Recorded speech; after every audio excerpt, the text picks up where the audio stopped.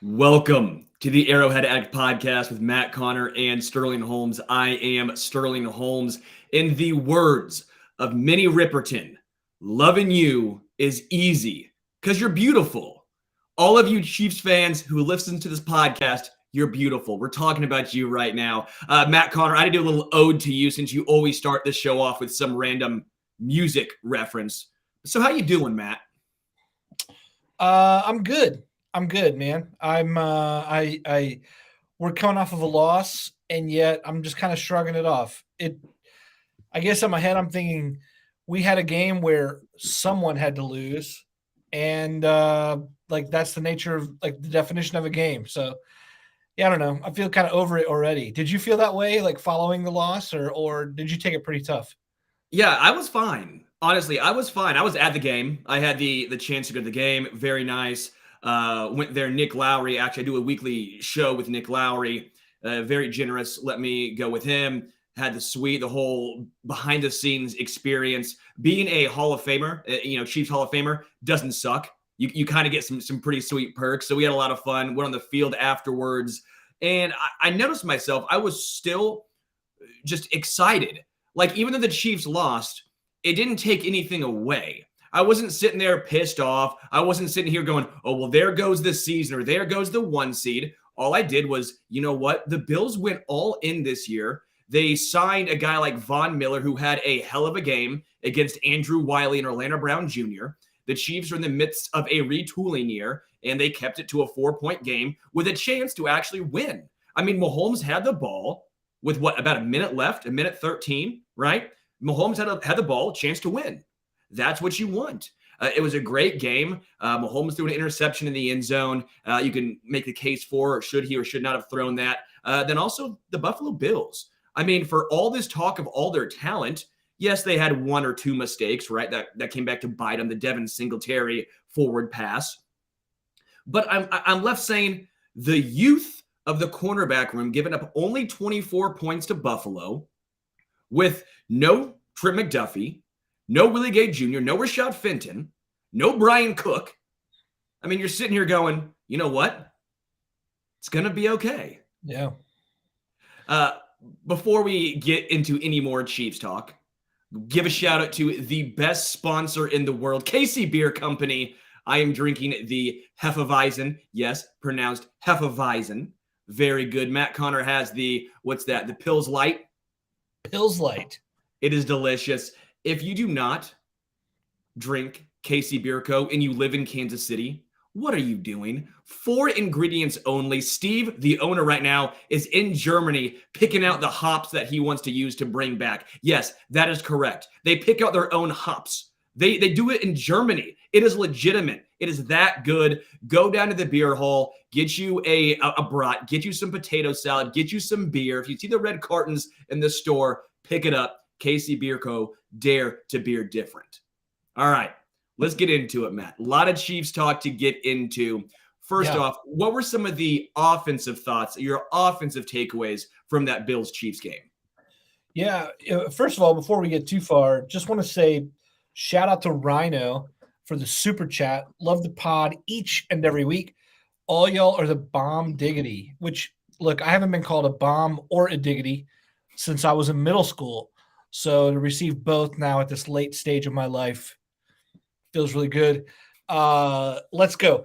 Yeah, so I agree. Rhino, you guys are the ones who make this show go. I mean, when we're in the Discord, we can talk about memberships and stuff like that later, but anyone who listens, all that kind of stuff. I mean, the Chiefs community overall, like, really fuels the fire. And I feel that, like, when I'm on Twitter and hang out with people, I feel that even when we're recording these episodes, Sterling and I and Richard, like, it's just a lot of fun. Certainly a lot of fun to have you guys around.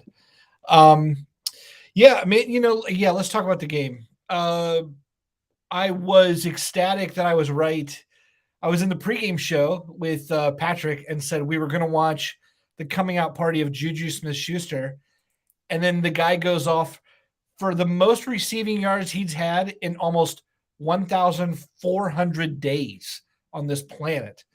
It had been a long time, man. I think in some ways people wondered whether Juju could be that guy again. Like, he'd been that guy, and then came the decline of Big Ben, and then came the decline of his own health. And you look up, and a couple of years go by between a receiver and 1,000-yard season, right? So I think it's safe to wonder, like, do we pick up Juju because he doesn't have it anymore and the Steelers let him go and it was, or is there something here? Brett Veach is always trying to, like, these reclamation projects, and like, he's not a former first rounder, whatever, but it felt like that same sort of thing. So it was great to see him. What did you think of Juju on Sunday, especially that touchdown? Yeah, I mean, that was just unreal. The contact balance. I think he was even surprised when Yeah. he got like hit by two dudes. He's like, oh shit, I'm good. And then he just took off.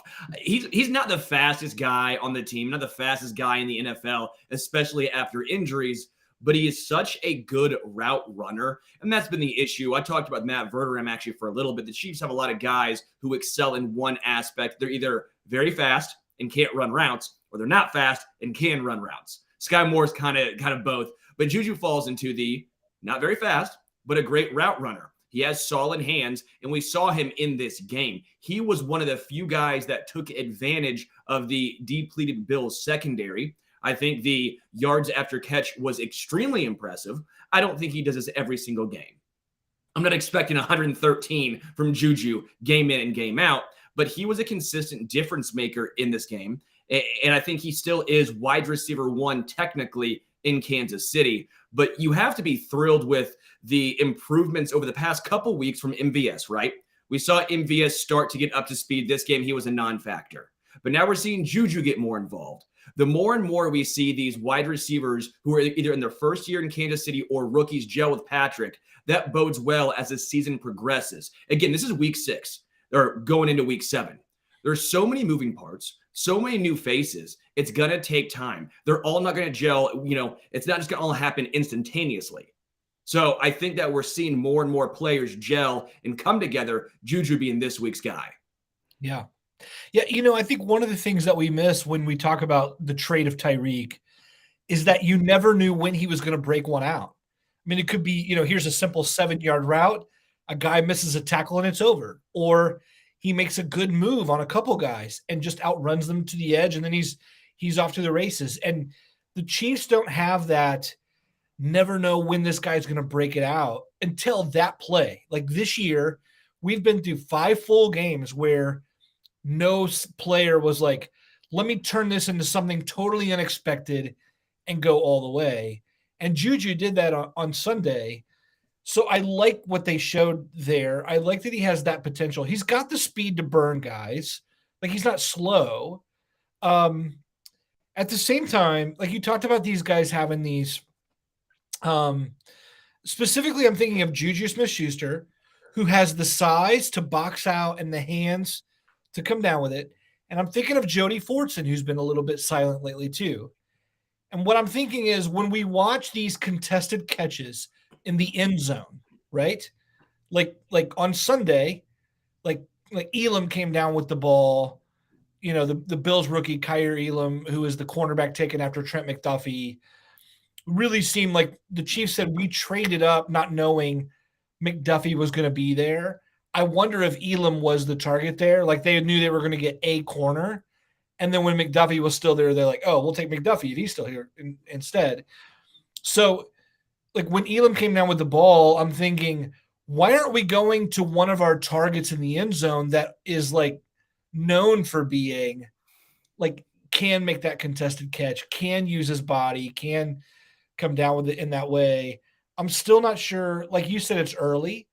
I'm still not sure that the Chiefs know fully how to employ all the guys. Like, they're still needing time.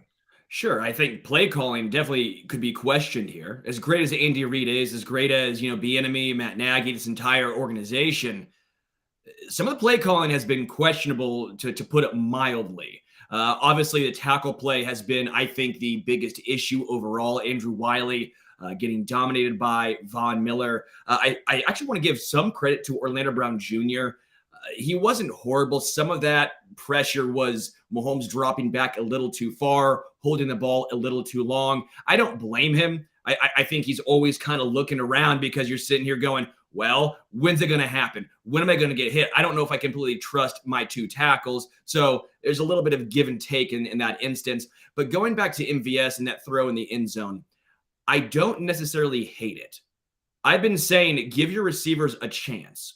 In a game against Buffalo, you're thinking touchdowns are going to be needed, not settling for field goals. Giving MVS a chance, a guy who's 6'4", to go over a maybe 6-foot cornerback, right?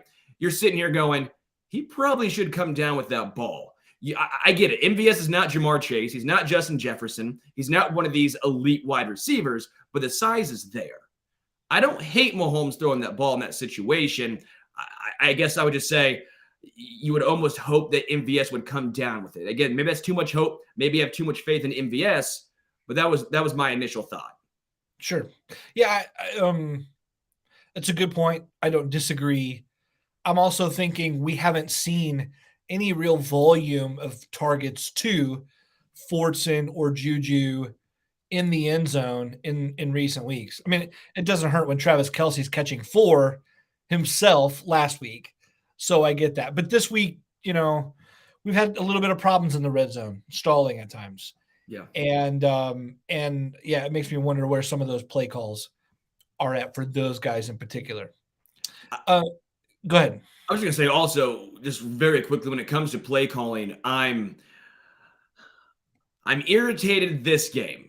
When it comes to the running back distribution, they do not use the running backs in the correct ways all the time. And you're sitting here going, why are you running an outside run with CEH who's not fast, who's not necessarily explosive? That should be a Pacheco or a Jerick McKinnon run.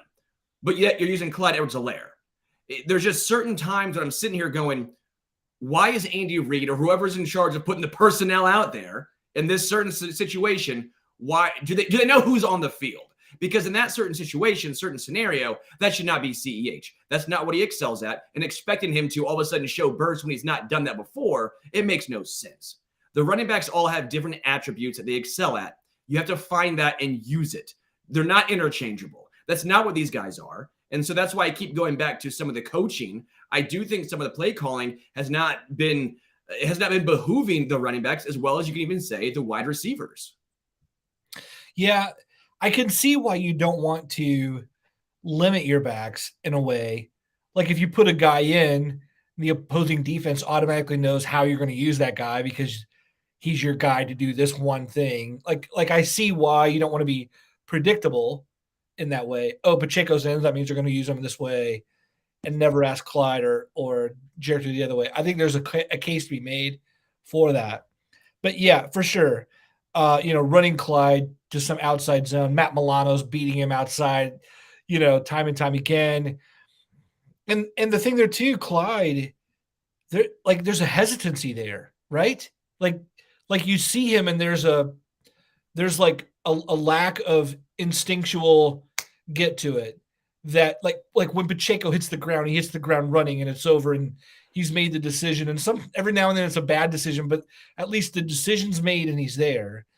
And like it feels like Clyde's thinking and not like instinctually like just playing. And after a couple of years, that it almost seems like there's like some mental hiccups there that could really be frustrating. I want to give a shout out to Flapjack right now in the comments. It says Sterling could have robbed MVS with Matt's Applebee's gift card. I think he could have got up there. I could have got up there. I went on the field after the game and I was wearing cowboy boots. I wear them so that way I can become 6 foot. I'm 5'10", so the cowboy boots give me an extra 2 inches there. Come on, I'm an honest man here. I know I'm not 6 foot. So I go, well, let me see if I can dunk or at least touch the upright. The upright's 10 feet. And I'm wearing cowboy boots. Oh boy, still gets up and knocks that thing. Don't give me a football. I would have gotten stuffed and put on my ass. I could have finger rolled it over, but I still touched it. So I'm with you, Flapjack. Thank you for giving me credit. I maybe could have knocked that ball down from MVS. You've got some hops and cowboy boots. Oh, yeah. Man, all right. Again, this is why I want to do the combine. I want it with you, me, Verder, and Patrick. I'm feeling pretty good about my chances. You're like Race Adkins or something. Kenny Chesney and those.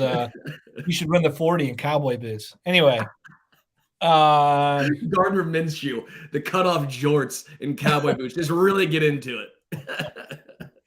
Hey, let's talk tackles here because we have look, you mentioned Orlando looked a little bit better, but I mean the overall performance has been like average at best, right?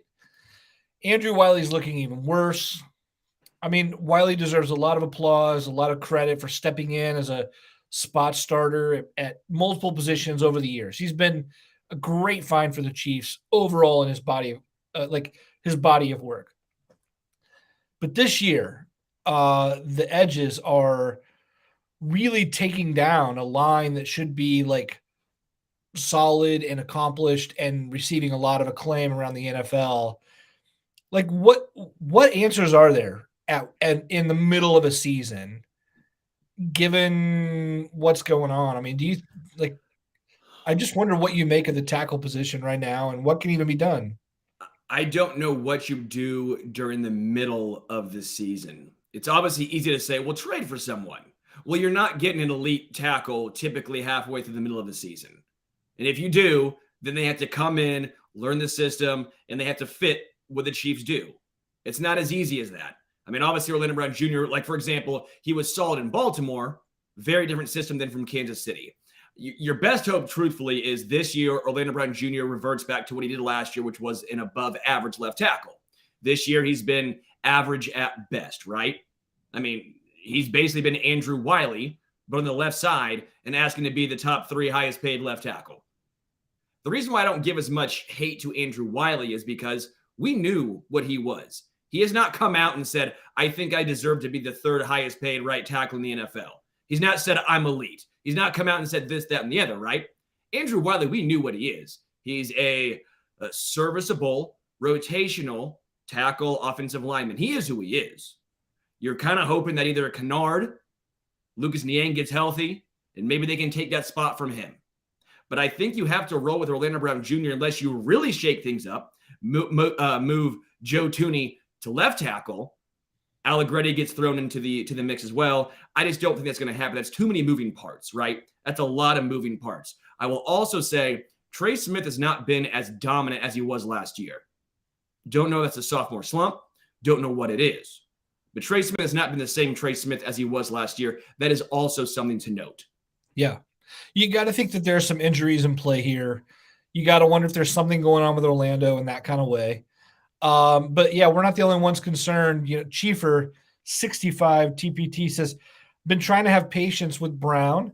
But I'm running out. Also, Benjamin Wackold says, Brown is starting to lose my confidence. He's not even being an average left tackle. Boy, I mean, Swiss Mr. KC, we are so fortunate to Thuney didn't get injured. There is a contingency. I've seen a slight contingency on like Chiefs Twitter that wonders how Thuney would look at left tackle, given that it may be a little bit easier to replace guard. I don't like the idea of upsetting 2 positions in that way. You know, like if you have a great guard, keep a great guard. Let's not mess with a good thing. But yeah, at the same time, it's I don't know how you figure something out.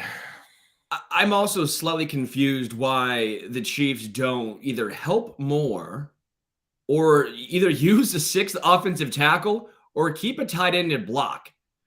The Raiders had great success doing that against Kansas City. But if the Chiefs can't give Mahomes time, how often are you getting through 5 reads anyways?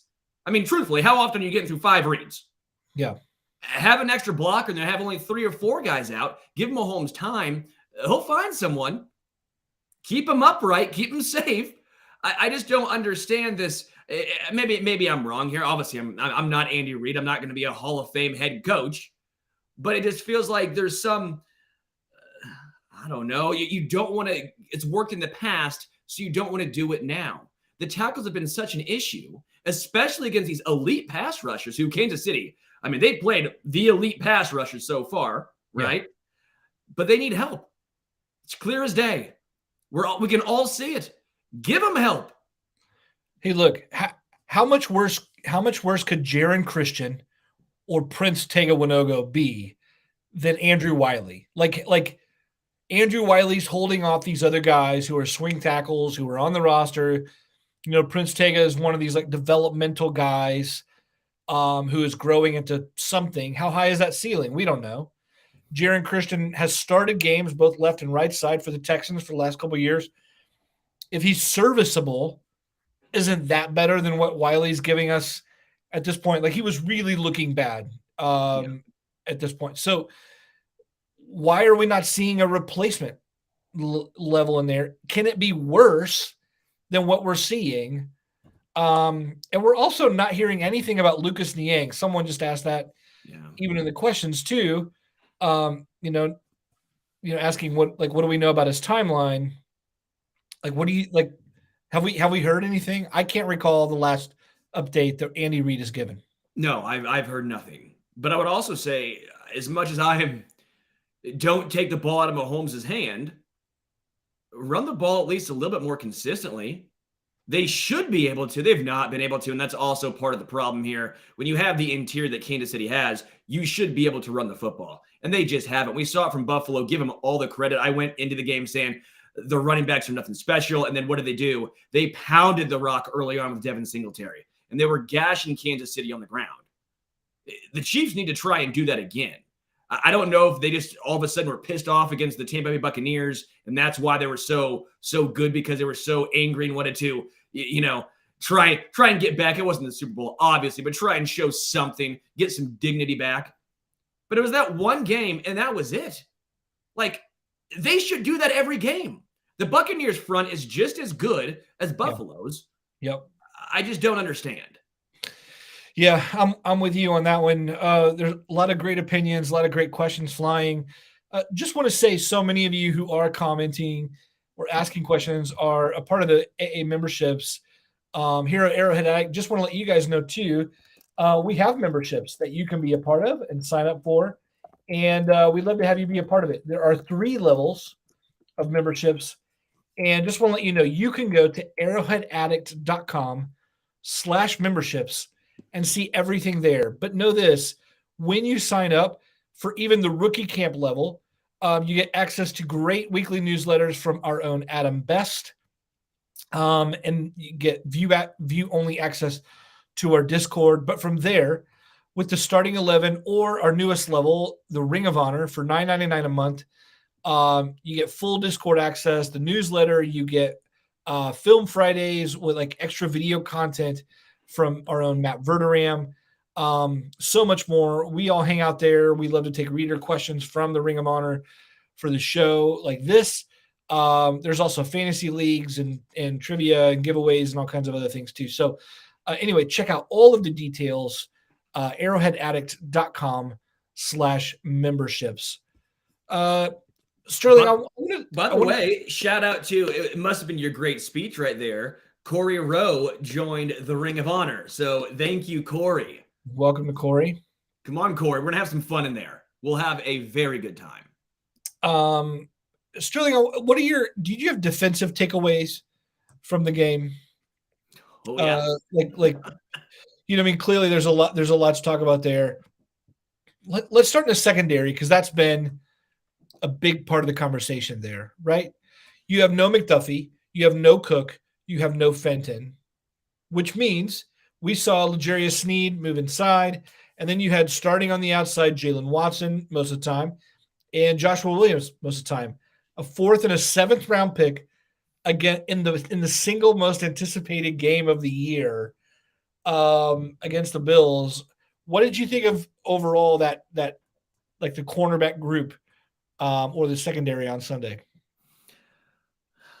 What choice do they have? I mean, this is what they were going to roll out and go with. You mentioned no McDuffie, no Fenton. When you're all young, you're going to have growing pains. Joshua Williams was going to get burnt from Gabe Davis and from Stephon Diggs. Look at the dude for Denver, Mathis. I don't know if he's a rookie or not, but that guy got absolutely torched yesterday, right? I mean, that guy was yellow flag after yellow flag. He could not stop holding. We didn't get a lot of penalties from these guys. That they weren't in horrible positions, but they were going up against very, very good wide receivers.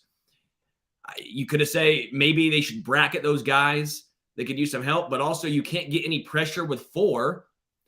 That's what it comes down to for me. I don't care about the secondary as much right now. I think they did a fine job. But holy crap, 0 pressure with 4 guys.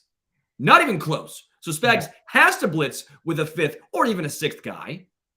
And it's just so frustrating. There's so much capital, so much money spent in the defensive line. Chris Jones has been great. He's not been the issue at all. It's everyone else. Even George Karlaftis, who I've liked. I've enjoyed watching him play. I thought it was a great draft pick. Pressures were great, but he didn't get much pressure this game. He didn't do anything this game. He didn't keep Josh Allen in contain. He struggled. Frank Clark, what? Looked like on a couple plays he just gave up.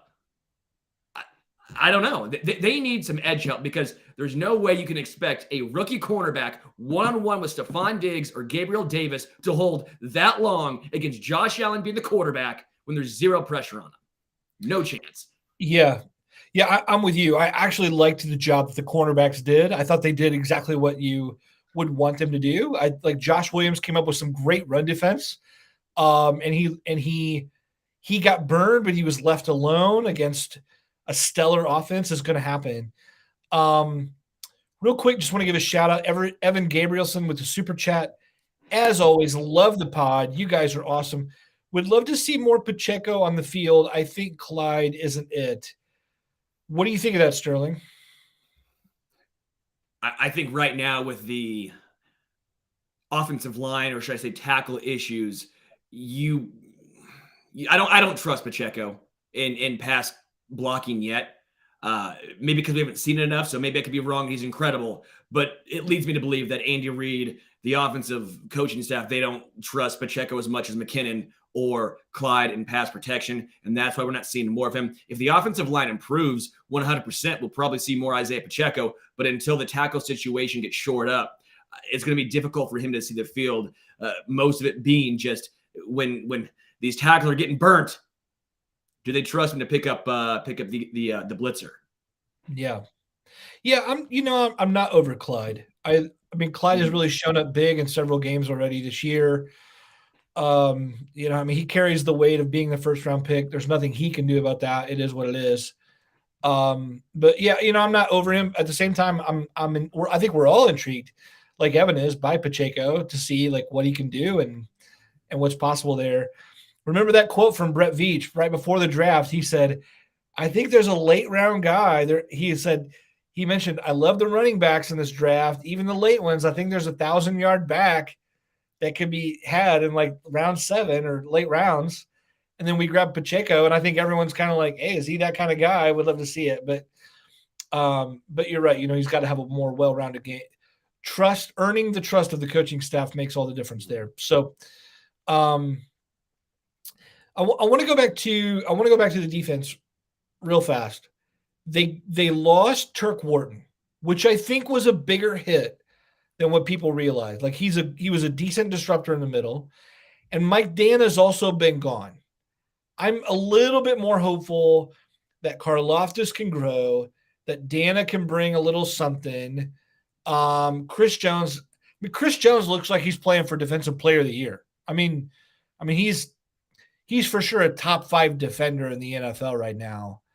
And we're lucky to have him because you're right. There's nothing else there. Wondering what Dunlap could do with more time. Frank's got, his own illness issues that really seem to affect the way he can be a consistent force. There's just a lot of fingers crossing here. I don't know, do you think they have to make a move? Is there any hope this comes together on its own? I think that's a tough question. I think they stick with it for the most part, as far as I don't think a splash move gets made. And I know we're going to talk about this in a second, as far as, free agents, as far as trade deadline situations. But as far as the D-line currently goes, I think they're somewhat content. As far as they want to see what they have, this is a retooling year. And again, I want to keep reiterating this. There's a reason they didn't bring back Tyrann Mathieu or Tyreek Hill. They're trying to almost usher in a new wave of players, right? You don't want to panic after 6 weeks and just say, let's blow it all up. Let's go. They realize this is going to be a, however long Mahomes is here, right? 15-year process. It's what the Patriots did. You have to retool. And every couple of years, maybe every 4 years, whatever it is, 5 years, you're going to go through a year where you're like, we're going to have to find a way to get it done with youth and maybe without as much talent as we would like. And I think edge seems to be that spot where you're not going to have just a all-pro at every position. It's not going to happen, especially with Mahomes no longer on a rookie contract. And the fact that Frank Clark has not lived up to the contract, the fact that they've gotten no other help outside of Chris Jones, I don't know if they go and bring in their splash move type of player. Yeah, I'm with you. It's hard to tell. We'll talk more about that in a second. I want to finish up our conversation on the defense because in some parts of Chiefs Twitter, you would think that Nick Bolton had turned into Ben Neiman. And I guess I just want to ask you, what are your thoughts on the conversation around Nick Bolton these days? Here's what I don't want to do. I don't want to become Skip Bayless and lose the nuance. And I think some of the guys want to have, like, Twitter makes it impossible to have a nuanced conversation. They don't give you like several paragraphs to make your case. However, there is some chatter out there about Nick Bolton having a down year, not playing as well. I don't want to remove what can be taken from that. I want to have a nuanced conversation and not just like hot take on top of a hot take and reduce it all down to what it isn't.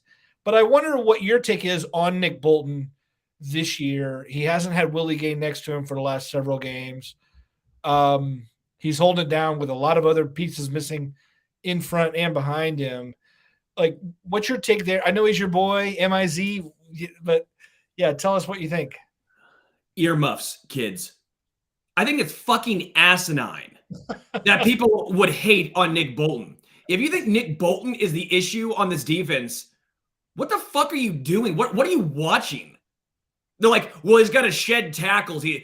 What do you want him to do? It's because the offensive linemen are blowing through the D-line like freaking Charmin. I don't know. No, not Charmin. Fucking one-ply, half-ply toilet paper, and they're getting to Bolton. What do you want him to do? He's a sure tackler. Him and L'Jarius Sneed are like the only sure tacklers on this team. He's been out not playing with his Robin. If he's Batman, where's Robin? Right? That's Willie Gay Jr. They're a tandem. He's gone. What do you want Nick Bolton to do? We knew his limitations when he came out of college. He's been honestly fine in pass coverage. He's not great. He's probably never going to be great. But we knew that. Asking him to be, I don't know, Ray Lewis, but also have the ability of Fred Warner back there. It's like, it's a second-round draft pick. It's a middle linebacker. What do you want from him? He cannot be the best player of all time, and that's what fans want him to be. He's a very good player. He's a useful player. Blaming him for I don't know what. It's asinine. Sometimes I love analytics. I love some of the numbers, the fun finds. Stop. Use your eyes. Watch a game. Like, just watch the game. Stop looking at spreadsheets. I fucking love Microsoft Excel. Get off it during the game. Like, I get so frustrated because Nick Bolton is such an asset, such a sure tackler. Sure, can he grow? 100%. He has room to grow. But he's probably not going to be the best linebacker in the NFL. And if that's the only thing where it's either he's the best linebacker in the NFL or he's ass, come on. Come on. I mean, it's so frustrating. It's just there's no in between. There's no nuance. He's a very good linebacker. He's an incredible second-year linebacker. He's doing a very fine job. He's the guy getting the play calls, getting dudes in place. They gave him 24 points with all of these injuries, all the youth on the defense of the Buffalo Bills, who scored, 38 against what's supposed to be a vaunted Steelers defense. Yeah. Come on. Yeah. You're not alone. Flapjack City says, agree. Ray Lewis said, get me dogs up front so I can feast and shed a block. How about the D-line eat the center? Tom Hood says, Willie Gay is a good cover guy and Bolton is not. I mean, yeah. For someone who does not pay attention to linebackers, Nick Bolton makes you pay attention, says Swiss Mr. KC. And Bolton is ball and Twitter trolls are idiots, says Micah Hayes. One more here. Lucas says Nick Bolton isn't having a down year, but he definitely hasn't taken the step forward that we hoped he would. I'm hopeful that Willie Gay's return changes that. I think, look, my opinion, every one of these guys, it's not baseball. It's not like you can have a Mike Trout season in the middle of a shitty Angels lineup, right? Yeah. You're part of an orchestra, and when you do that, you rely on every other instrument out there to do your part. And if they are unable to do their part, then that bleeds over into what you're doing, and it makes the whole unit look bad. I think really the only player who can look good on maybe a not so great unit is like an Aaron Donald or whatever. Even Chris Jones has been like frustrating at times. And then you look and you're like, well, he's great. But he's not carrying. I mean, even now we're talking about a pass rush that sucks. Yeah, it's like, and we're talking about him being a candidate for Defensive Player of the Year because one guy can't do it. Like, you need more than Jones, you need more than Bolton. And so when Gay comes back, it's going to be different. When McDuffie comes back, it's going to be different. When Cook comes back, it's going to be different. I just think that's the lesson learned here. Yeah, I just get so frustrated. I just do. It's either you're a Hall of Famer or you're a fucking bum. You're a bum. It's like, come on, dude. Nick Bolton is very, very good. Very, very good. Is he the best linebacker in the NFL? No, he's not. Is he having a good year for a second round, second year linebacker calling the plays on a much improved defense? Yes, he is. Yeah. Hey, let's talk activity here before the trade deadline. Look, just by way of the way this goes, if you don't know, the NFL's trade deadline is November 1. That means we have just about 2 weeks for Brett Veach or anyone else to make a trade. Now, here's the way this goes. For his first 4 years, we all said, is Brett Veach going to trade? Is Brett Veach going to trade? And then Brett Veach just kicks his heels up on his desk. He's like, I did all that shit in the preseason and the offseason. Then last year, it looked like, well, here's year number 5. Brett Veach doesn't do NFL trade deadlines. Then he's like, hey, LDT, why don't you go back to Montreal or New York? Or I don't even give a shit where you end up. See you later. And sends him back to med school. Then he says, Melvin Ingram, I don't give a shit where you want to play. Get your ass here. So suddenly it's like, well, now he's wheeling and dealing at the deadline, which makes me kind of think we don't know what Veach is going to do this time around. I want to start with just a simple yes or no with you. Is Veach going to make a trade at this deadline? I think he makes a trade at this deadline. A trade. I don't think it's a splash move, like I mentioned earlier, but I think a trade gets done. Some of it for the simple reason they have so much draft capital for next year's draft and the upcoming drafts. You won't have the space on your roster for those guys. If you think you can get a guy that can help this year without mortgaging part of your future, that's why I don't think a first round or a second round or any of those guys or any of those picks get traded. I think a 4th, 5th, 6th, those are on the realm of possibilities. And no, I'm not from Canada. Flapjack, don't start this, okay? USA, baby. US of A. I just don't think a splash move gets made because I think there's a longer outlook here than just trying to go all in like the Broncos, like the Bills, or like a plethora of other teams have this season. Yeah, I don't know what to think here, but I just want to ask, like, if they were going to make a move, here's what's frustrating to me. The early season has yet to like really separate a lot of teams. Like last week, the Steelers won. So there's like a little bit of hope there, right? I mean, the Lions are losing clearly. The Panthers are losing clearly. But there are some others. I mean, like the Patriots, the Dolphins, the Jets, and the Bills are all 500 or more. The AFC West, no one's going to trade with the Chiefs, even though the Raiders are 1-4. They've got to feel a little bit better about being better than they've looked. With the Steelers just winning, like everyone's within a single game in the AFC North, and the AFC South looks eminently winnable for anyone. I mean, maybe not the Texans, but Like, are you afraid of the Titans or the Colts in there? Do you really think you want to write that off so quickly when so many teams feel like they can still be in it?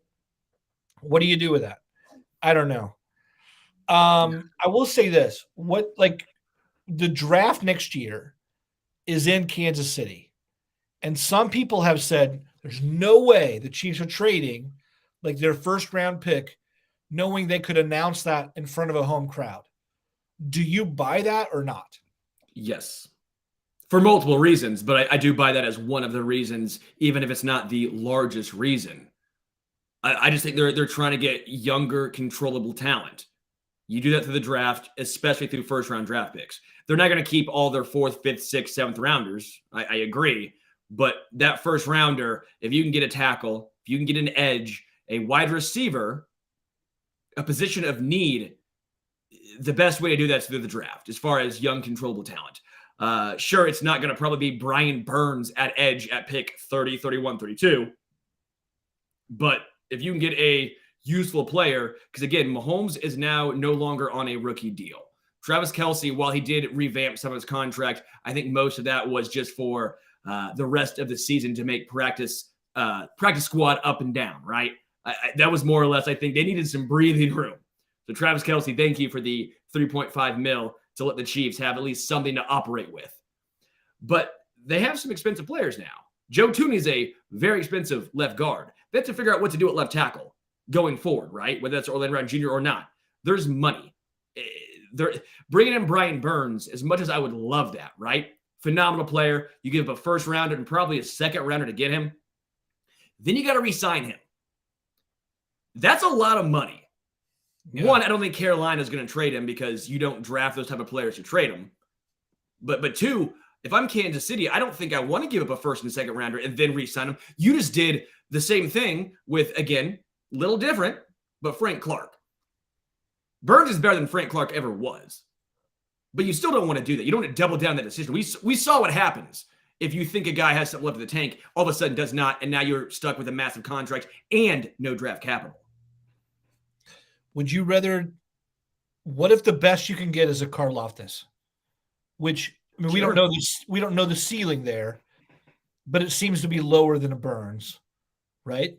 Yeah, no, agreed. So is a trade up not worth that sort of like ability to find that elite level? No, just to me, because you're not going to have, and this is what I always go back to. It's not Madden or it's not the situation where you have an all-pro at every single position. As much as we would like to, as much as it's easy to find, well, where's the weak spot? You're not going to have an all-pro at every single level. But you can't be bad at certain positions. You can't be bad and have multiple holes. That's what it comes down to. I always like it to, if you want to do a baseball term, the Tampa Bay Rays, for example, almost always make the playoffs. Do they ever have a traditional superstar or multiple guys? No. They get it done through their system. Good job when it comes to pitchers, but they don't have a weak link. They don't have these massive holes. And that's what the Chiefs have done. They don't have a whole bunch of massive holes outside of edge right now, or at least pass rush.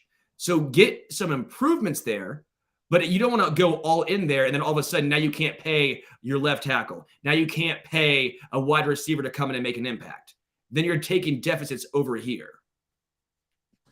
Yeah, I agree. You say we can't have we can't have an all pro at every position or Pro Bowl. But if there's one I want one at, it's there. Sure. And I think I'm open to that trade for Burns or a guy like Burns for that very reason, because I don't know that we can get one at the bottom of the first round or at any round in the draft. Although that said, the Bills grabbed Greg Russo a year ago, and he's looking the part across from Von Miller. So, who knows? That is what it is. I'm trying to look up about Brian Burns when he was drafted. He was a first rounder drafted. He's like number 16 or something by the Panthers. Yeah, right? 16. Yeah. Hey, let's move here. We got some questions from Ring of Honor members. And we've kind of touched on some of these already, but I want to make sure we covered them. Jeremy Kennedy says this: given the injuries on the defensive line, they undoubtedly need another pass rusher. But even if people weren't injured, do you think there could be a good pass rush for the Chiefs without blitzing? As it stands right now, they have to blitz to get any pressure. Whether it's L'Jarius or Nick Bolton, they're going to have to do something. Whether that's trying to see if Leo Chanel can play some edge, I don't know. But they're getting pressure with basically Chris Jones, and that's it right now. Is Robert Quinn going to be cheaper as far as draft capital? Could be. Again, I just don't feel like going for Brian Burns at the moment. Those big splashy names at the moment. Maybe look at Washington, right? Because Washington has a lot of guys, a plethora of dudes up there. And Montez Sweat? Are we getting a Montez Sweat? And he would not be, in my opinion, near as expensive as a Burns. Maybe that's the way they go, and that'd be a splashier move, and in my opinion, fit the longer-term outlook of Kansas City better than a Robert Quinn. So maybe they look at Washington from one of those guys up there. But that's the only way. I think that's probably about the top end guy you would see is a Montez Sweat. Maybe Jonathan Allen, someone from Washington could be on the table. Yeah, they've got like Paynes on the interior there. I mean, he looked great. They also signed Jonathan Allen long term, so I'm not sure if they have room for to keep Payne around. But Daron Payne's great. I think he'd be a great addition inside next to Jones. And maybe we could quit playing some of the one trick ponies there that we have been naughty. Anyway, by the way, we have a super chat here, KL368. What's the confidence level that McDuffie comes back? I'm assuming he means this week. Andy's still playing a little bit coy, but he is back at practice. You think we see McDuffie here, or are they going to hold out and give him through the bye week and then bring him back, like I've been saying all along? I mean, that would make a lot of sense. Andy Reid is like Fort Knox, dude. No secrets are coming out. It's very obnoxious. I understand to an extent, right? But it's also like, come on, man. Let us know. I want to know. Give me something, Andy. I wouldn't be shocked, and I probably would lean to McDuffie coming back before the bye. The reason being, even if it's not, he's not playing 100% of snaps, but just to get him back in before the bye, give him some snaps, some semblance of game action. A lot of us assumed McDuffie was coming back against the Bills, and the fact that we almost all assumed he was coming back against the Bills leads me to believe that he was probably very, very close. So I wouldn't be shocked if he came back against the Niners. It'd be good for him. Jimmy Garoppolo, not the best quarterback. If you saw how he's thrown the ball this season, you see why they wanted to go to Trey Lance. And it would give him some confidence, in my opinion. I would like to see McDuffie back this week, and I do think he plays. Okay. Well, that's great. Next question for you, Sterling. This comes from Jess25. Would the Chiefs do a package deal with the Panthers and get Moore and Burns for, say, Hardman and Clark with some draft capital added on to make it better for the Panthers? Do you think there's any move there at all? I mean, we talked about Burns already, but maybe Moore, maybe anyone else there? I don't know if the Chiefs could even realistically make that happen with the contract situations, because DJ Moore signed a 3-year, $60 million contract. So he's getting paid about $20 million a year. And to the Panthers, you'd have to give up so much draft capital. They don't want Frank Clark. That's a cut. They don't want Hardman. Might be a cut. Or at least just he's on the roster, but he's not adding anything. I don't see that happening. As much as I would like both those players in a nutshell, in a vacuum, right? Just logistically speaking, what the Panthers would say, I don't see that happening. Yeah. One more. Jeremy C. said, what's your level of concern about the wide receivers? We talked a little bit about them already, but overall, are the wide receivers doing what you want them to do? Is there more than that? The wide receivers have been fine, right? They've been okay. It's kind of what I expected. I thought maybe a little more separation, but to expect MVS to take that next step was maybe a little foolhardy on my part. I thought, okay, he'll get more opportunity here in KC. We might see some more consistency. But if he didn't do it with Aaron Rodgers, Mahomes is same tier. I would say better than Rodgers right now, but Rodgers is obviously a phenomenal quarterback. I don't know why I thought MVS was going to take that next step. He's still young. The traits are there, but we've seen a lot of players show great traits, but not be a great, I don't say great, but be not necessarily make a massive difference with any sort of consistency. MVS can do it for a game here and there, but we've not seen it with any sort of consistency. Maybe it goes on as the season progresses. Again, it's 6 weeks in, first time with Mahomes. I think Juju has been what we all could have hoped for, right? I think Juju's been very, very solid. I would like to see more Sky Moore because he possesses the route running with the speed, which is something I talked about earlier, something I mentioned with Matt Verderam. Again, he's the only guy that possesses route running and speed. Everyone else is either one or the other. So I think Sky Moore, playing him more would help. And then Hardman, I just don't know what you do going forward. Every once in a while, he looks like he's going to be a game changer. Even early against the Bills, that first couple drives, was it 43 yards, something like that, 3 receptions. You're like, McCole Hardman game. And he did have a nice touchdown catch. When was the last time you've seen McCole Hardman sit down in a zone, in the end zone, catch the ball like a possession receiver? It was great.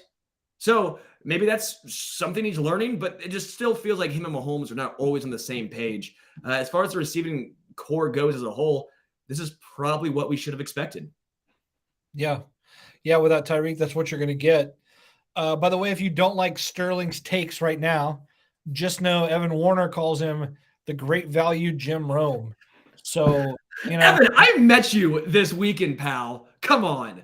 I love Evan. Very nice guy. Great friend of the show. He brought me Yingling because he came from Pittsburgh, just outside Pittsburgh, and drove down for the game, him and his parents. They're very nice people. It was great meeting Evan. He said he had a lot of fun, got some barbecue, hung out with a lot of people listening to the show also.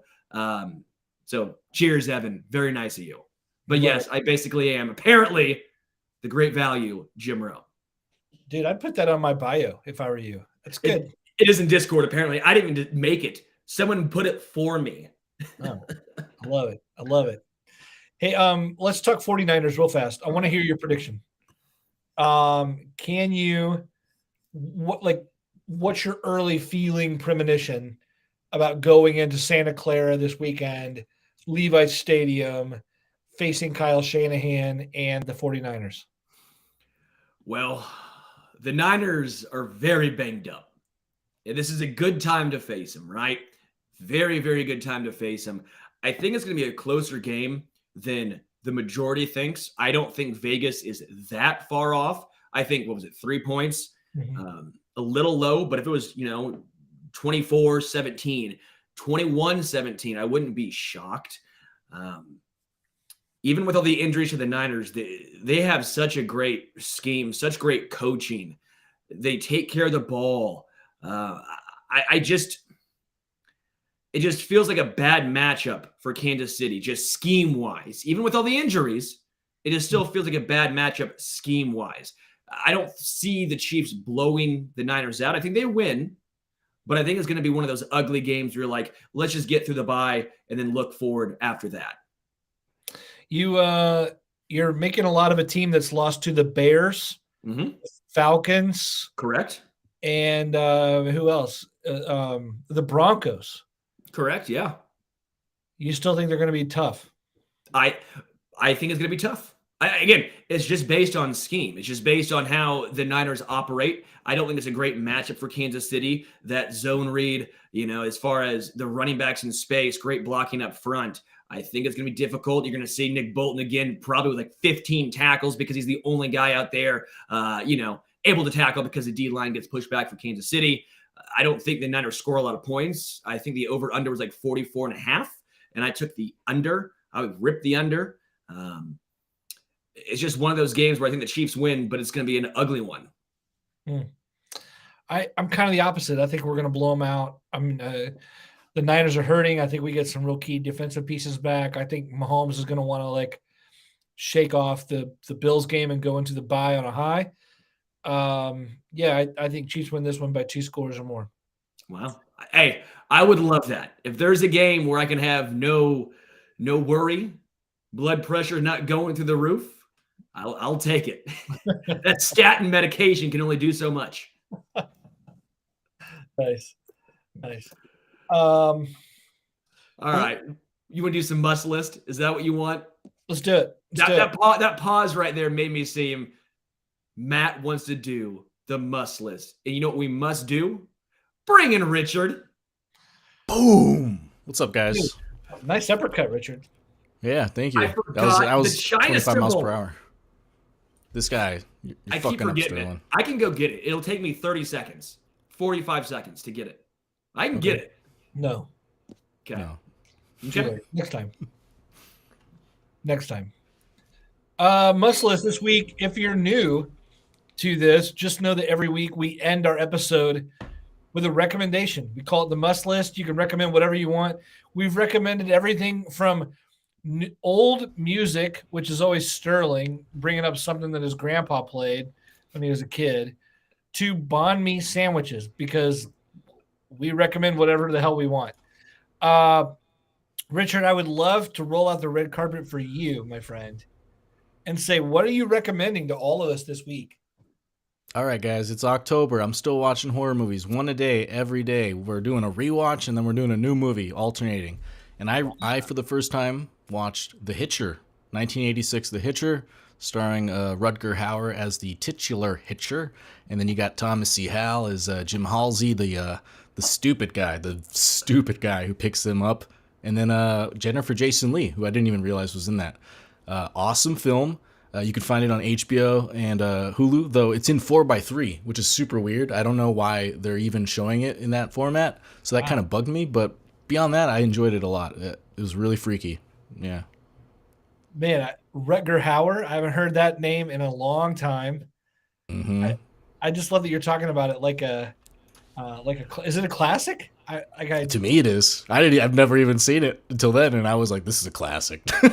I don't know if it's a classic, but it's a classic. Richard is a badass. I love it. I love the Halloween Doug. approach. One a day. Are you shocked One a that day. Richard? Look at his room. It's like dark with purple, almost. Was that black lights in there with that long hair and stash? That screams, "Oh yeah, dude! I'm super into Halloween."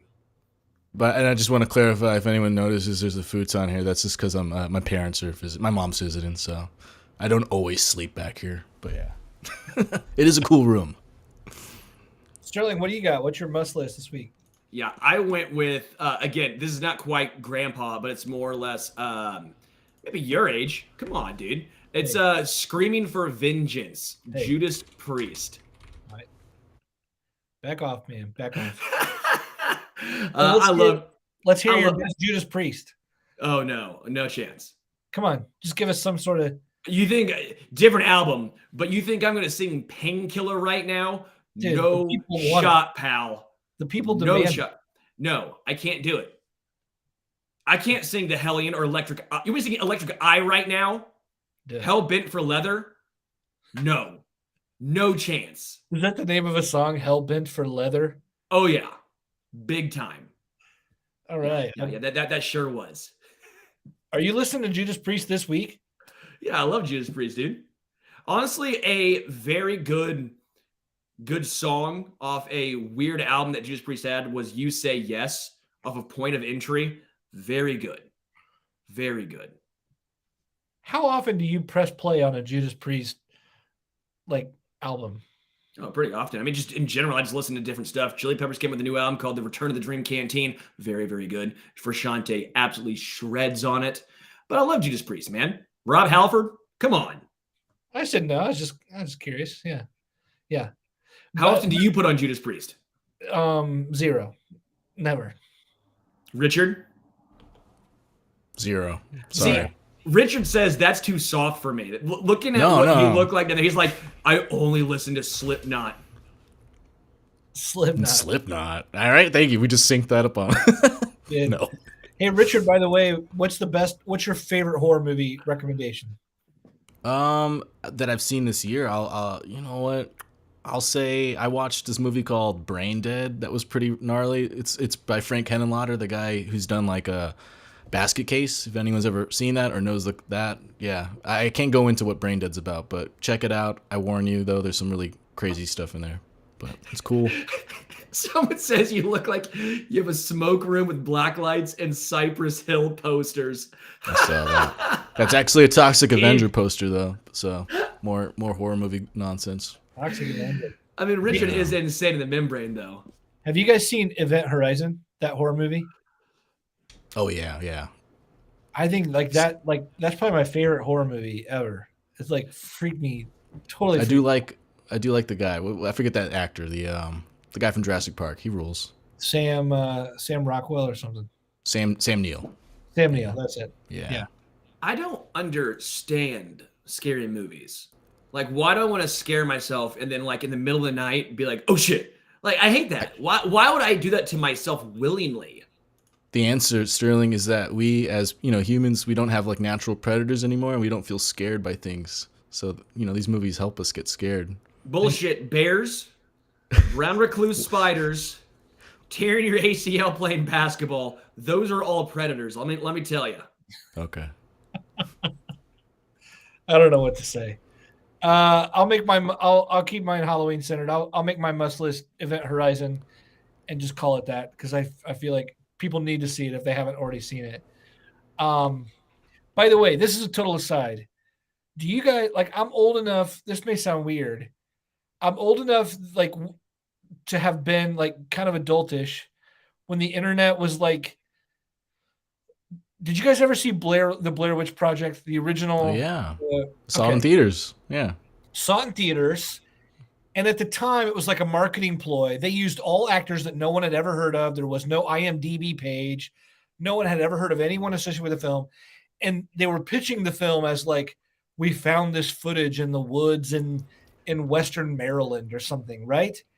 And I remember going to the theater thinking, yeah, that's not true, but maybe it is. And literally everyone else thought the same thing. And there was no social media or internet to tell you it wasn't true. So I'm in there. I'm in the whole theater, crowded back-to-back sold out theater. And everyone there is watching this thing and no one knows if it's real or not. Everyone's kind of doubting, but I've never had an experience like that. It was so electric and scary as hell. If you've seen the ending, I mean, people were screaming in the theater, but I just remember the whole time hearing all these murmurs of people going no way this is real. Is that real? There's no fucking way. They wouldn't be showing this if this was real. No way. I mean, I've never had a phenomenon like that. Did you have that same thing in the theater when you saw it, Richard? Yeah. I mean, I didn't know anything. The internet was barely a thing. I mean, I think I may have had AOL at the time. So it's we had no way of figuring out what was going on. It was just a weird movie. It was creepy. When did Insidious come out? That was maybe the last movie I saw, scary movie I saw. And that thing scared the shit out of me. That was 2010, so I was 16. When that came out in high school, not a fan. Not a fan. I have not seen that one. I don't watch a lot of horror movies, but yeah, that's what it is. Take us out of here, Sterling. This was the Arrowhead Addict podcast. Richard, producer, the best, his must list, you must listen to, or watch, or read. I don't know. It's fantastic, though. It's always scary. Always something pretty cool, though. Great hair, great mustache. For Matt Connor, I love doing this with you, man. Every single time we do this, I enjoy it. You sorry make me smile. And you call me old, and I'm sorry. I don't know, 10 years younger than you. It's unfair. Yeah. It's uncouth, and it's uncalled for. To all the people listening, all the people in the chat, we appreciate you guys so much. Everyone in the Discord will be there. It's so much fun. Can't wait for game day. The Chiefs, we're hoping, bounce back against the Niners. I'll be doing the show tomorrow with Adam Best. Until then, we are out.